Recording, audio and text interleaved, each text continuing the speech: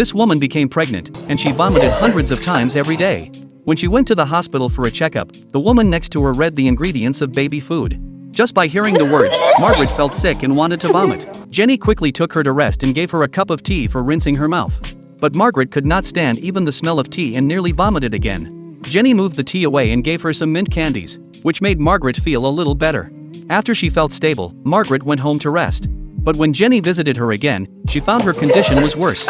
Margaret could not drink even a sip of water. Her baby cried with hunger. The only food Margaret could prepare was dry bread, because she could not bear the smell of milk. Even saying the names of foods made her vomit. Jenny wanted her family to help.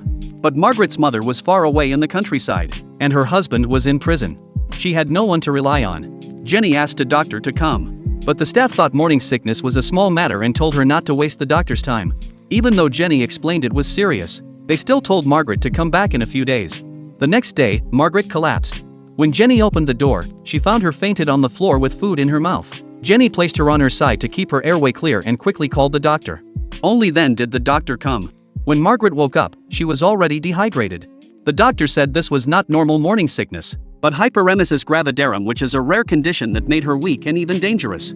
She needed hospital treatment. In the hospital, Margaret felt anxious. A nurse told her not to worry, because her son was sent to a welfare center with special care. But this news broke her heart. She cried, saying she was his mother and wanted to care for him herself. She begged to leave, but her health did not allow it. She had no choice but to accept treatment, often crying while looking at her son's photo. Meanwhile, the doctor kept searching for a treatment. In his long career, he had never seen such a severe case. One day, he saw an advertisement for a pain medicine and thought it might help. After only 2 courses, the results were clear. Margaret could finally eat light food again. Her son was brought back to her. They believed Margaret's life would now be easier and happier. Did you have frequent morning sickness when you were pregnant?